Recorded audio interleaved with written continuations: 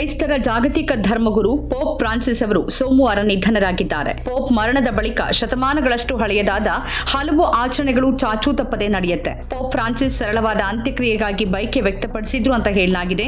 ಈ ಬಾರಿ ಅಂತ್ಯ ಸಂಸ್ಕಾರದ ಶಿಷ್ಟಾಚಾರದ ಕೆಲ ಅಂಶಗಳು ವಿಭಿನ್ನವಾಗಿರುತ್ತಾದ್ರೂ ಹೆಚ್ಚಿನವು ದೀರ್ಘಕಾಲದಿಂದ ನಡೆದು ಬಂದಿರುವ ಕ್ಯಾಥೋಲಿಕ್ ಸಂಪ್ರದಾಯದ ಅನುಸಾರವಾಗಿಯೇ ಇರಲಿವೆ. ಪೋಪ್ ಫ್ರಾನ್ಸಿಸ್ ಅವರ ಮರಣದ ನಂತರ ಏನೇನ್ ನಡೆಯುತ್ತೆ ಅನ್ನೋದರ ವಿವರ ಇಲ್ಲಿದೆ. ಪೋಪ್ ನಿಧನದ ಬಗ್ಗೆ ಅಧಿಕೃತ ಘೋಷಣೆಯಾಗುವುದು ಮೊದಲ ಹಂತ. ವ್ಯಾಟಿಕನ್ನ ಆಸ್ತಿ ಮತ್ತು ಆದಾಯದ ಆಡಳಿತಾಧಿಕಾರಿ ಕ್ಯಾಮೆರ್ಲಿಂಗೋ ಆಡಳಿತಾತ್ಮಕ ಕರ್ತವ್ಯಗಳನ್ನು ವಹಿಸಿಕೊಳ್ತಾರೆ. ಪ್ರಸ್ತುತ ಐರಿಷ್ ಅಮೆರಿಕನ್ ಕಾರ್ಡಿನಲ್ ಕೆವಿನ್ ಫಾರೆಲ್ ಅವರು ಕ್ಯಾಮೆರ್ಲಿಂಗೋ ಆಗಿದ್ದು, ಅವರು ಸಾಂಪ್ರದಾಯಿಕ ಆಚರಣೆಗಳ ಮೂಲಕ ಪೋಪ್ ನಿಧನವನ್ನ ದೃಢೀಕರಿಸುತ್ತಾರೆ. ಅವರು ಪೋಪ್ನ ಬ್ಯಾಪ್ಟಿಸಂ ಹೆಸರನ್ನ 3 ಬಾರಿ ಕರೀತಾರೆ. ಯಾವುದೇ ಪ್ರತಿಕ್ರಿಯೆ ಇಲ್ಲದೆ ಇದ್ರೆ ಪೋಪ್ ನಿಧನರಾಗಿದ್ದಾರೆ ಅಂತ ಅವರು ಘೋಷಣೆ ಮಾಡ್ತಾರೆ. ನಂತರ ಪೇಪಲ್ ಅಪಾರ್ಟ್ಮೆಂಟ್ ಅನ್ನ ಸೀಲ್ ಮಾಡಲಾಗುತ್ತೆ. ಅದು ಪೋಪ್ ಫ್ರಾನ್ಸಿಸ್ ಅವರ ಅವಧಿಯ ಅಂತ್ಯವನ್ನ ಸೂಚಿಸುತ್ತೆ.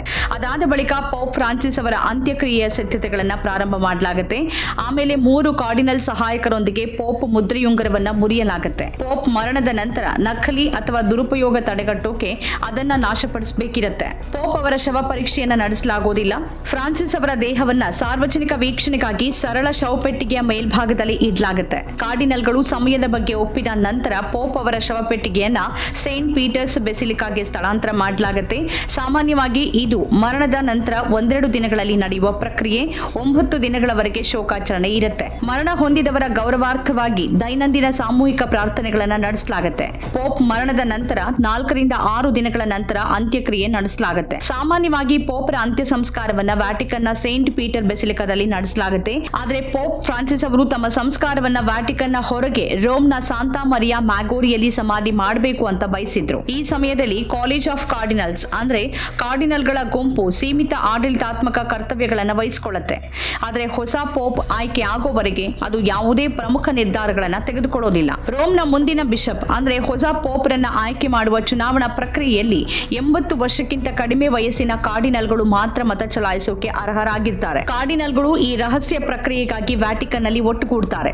ಅವರನ್ನ ಸಿಸ್ಟೀನ್ ಚಾಪೆಲ್ ಒಳಗೆ ಇರಿಸಲಾಗುತ್ತೆ ಮತ್ತು ಹೊರಗಿನ ಪ್ರಪಂಚದ ಸಂಪರ್ಕದಿಂದ ದೂರ ಇರುವಂತೆ ನೋಡಿಕೊಳ್ಳಲಾಗುತ್ತೆ. ಈ ಅವಧಿಯಲ್ಲಿ ಅವರಿಗೆ ಮಾಧ್ಯಮ ಅಥವಾ ಫೋನ್ ಸಂಪರ್ಕ ಕೂಡ ಇರೋದಿಲ್ಲ.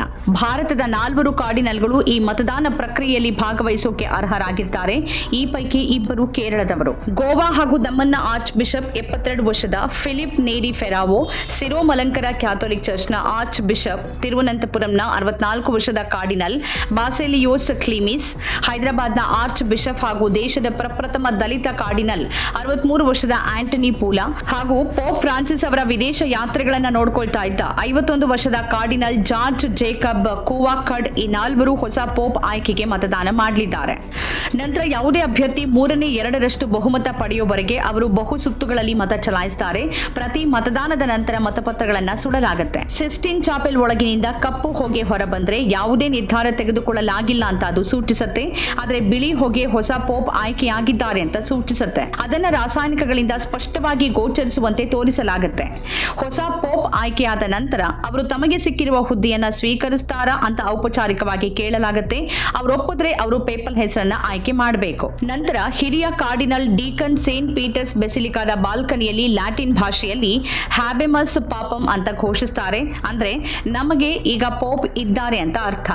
ಅದಾದ ನಂತರ ಹೊಸ ಪೋಪ್ ಸೇಂಟ್ ಪೀಟರ್ಸ್ ಸ್ಕ್ವೇರ್ ನಲ್ಲಿ ಬಿಳಿ ಉಡುಗೆಯಲ್ಲಿ ಕಾಣಿಸ್ಕೊಳ್ತಾರೆ. ಪೋಪ್ ಆಗಿ ತಮ್ಮ ಮೊದಲ ಆಶೀರ್ವಚನ ನೀಡ್ತಾರೆ. ನಮ್ಮ ಕಾರ್ಯಕ್ರಮಗಳನ್ನ ನೀವು ನೋಡ್ತಾ ಇದ್ರೆ ನಮ್ಮ ಚಾನೆಲ್ ಅನ್ನ ಸಬ್ಸ್ಕ್ರೈಬ್ ಮಾಡಿ, ಪಕ್ಕದ ಬೆಲ್ ಐಕಾನ್ ಒತ್ತಿ ನಮ್ಮನ್ನ ಬೆಂಬಲಿಸಿ. ಹಾಗೆ ನಮ್ಮ ಕಾರ್ಯಕ್ರಮಗಳನ್ನ ಲೈಕ್ ಮಾಡಿ, ಕಮೆಂಟ್ ಮಾಡಿ, ಅದನ್ನ ಬೇರೆಯವರಿಗೂ ವಾಟ್ಸ್ಆಪ್ ಮೂಲಕ ಶೇರ್ ಮಾಡಿ. ನೀವು ಹೀಗೆ ಮಾಡಿದಾಗ ನಮ್ಮ ಚಾನೆಲ್ ಇನ್ನಷ್ಟು ಮತ್ತಷ್ಟು ಜನರಿಗೆ ತಲುಪಲು ನೀವು ನಮ್ಮೊಂದಿಗೆ ಸಹಕರಿಸಿದ ಹಾಗಾಗುತ್ತೆ. ಇದು ನೀವು ಯಾವುದೇ ಖರ್ಚಿಲ್ಲದೆ ಕೆಲವೇ ಸೆಕೆಂಡುಗಳಲ್ಲಿ ನೀಡಬಹುದಾದ ಸಹಕಾರ. ಧನ್ಯವಾದಗಳು.